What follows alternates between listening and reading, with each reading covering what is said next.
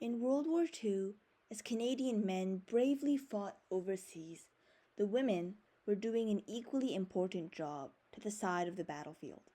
Gender roles shifted significantly as women filled traditionally male roles in factories, farms, and non combat roles in the army, such as nurses. Many Canadian women, especially from British Columbia, served in the armed forces during this time. Over 4,400 Canadian women signed up as a nursing sister, with some, like Margaret Brooke, the woman shown on the left, earning commendations for their bravery. In addition to working overseas, many women made a significant contribution back in Canada. As men working in factories and farms left to enlist in the army, the burden to fill those now vacant jobs fell onto women. Hundreds of thousands of women entered the workforce at this time. This brings us to modern day society and the feminist movement. What happened during World War II proved to us that women are equally as capable of doing skilled, physically demanding, and what is traditionally considered masculine work.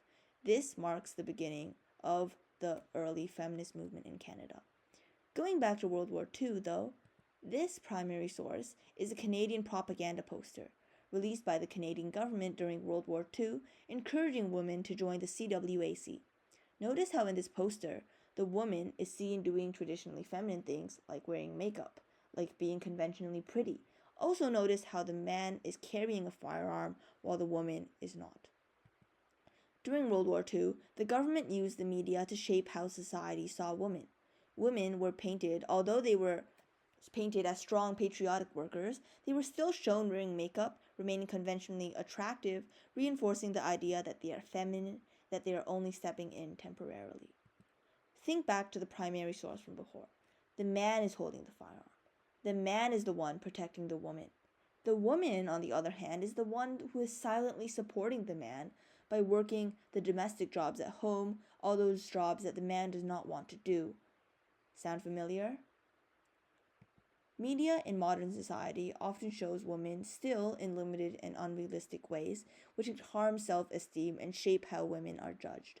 By focusing on these stereotypes, by focusing on appearance, the media pushes unfair gender expectations on women. These expectations have not died with time.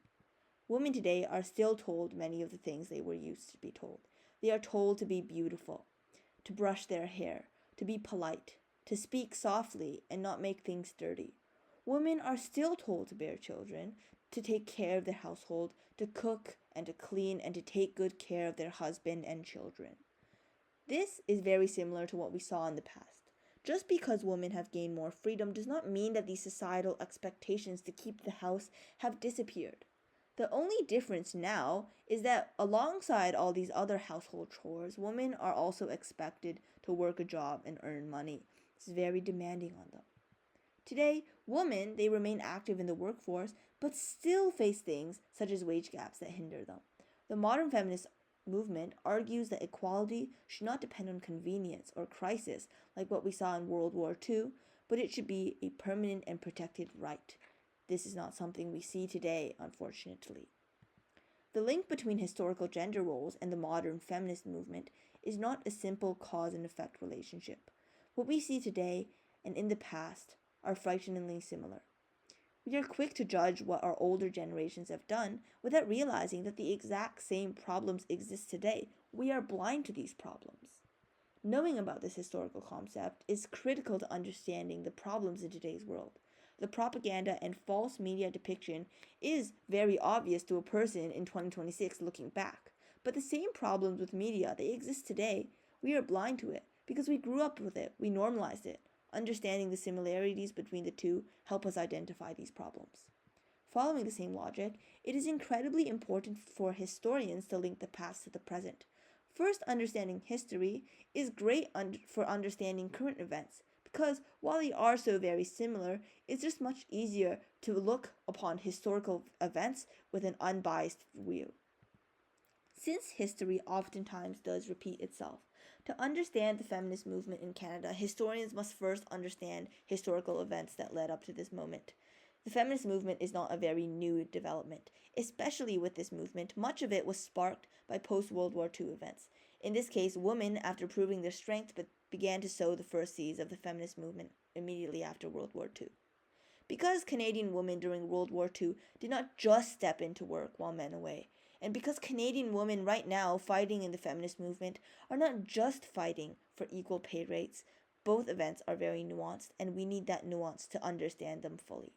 Canadian women stepped into work because, among many other reasons, they were forced to, both economically and socially. Even though it seems as if women were really strong and brave and mobilized quickly, this is a very glorified view. It really wasn't that simple. But more importantly, today it looks like women have many rights, right? After all, we can vote, we can work, we can go to school, we can do a bunch of things. But these are all the bare minimum. Without nuance, we do not see the endless struggle between women and prevailing societal norms. Without nuance, we ignore the core ideas of this feminist movement. There are a lot of problems in modern society. One of them is the way society treats women. While it feels like we're becoming more and more progressive, letting them vote and stuff, the only thing we have done is give them the barest minimum. We have not solved the problem. Society has not changed.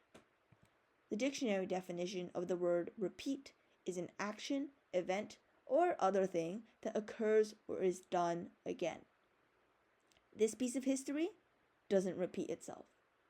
We are still living in a world where gender roles are highly oppressive, a world where women have not yet been liberated.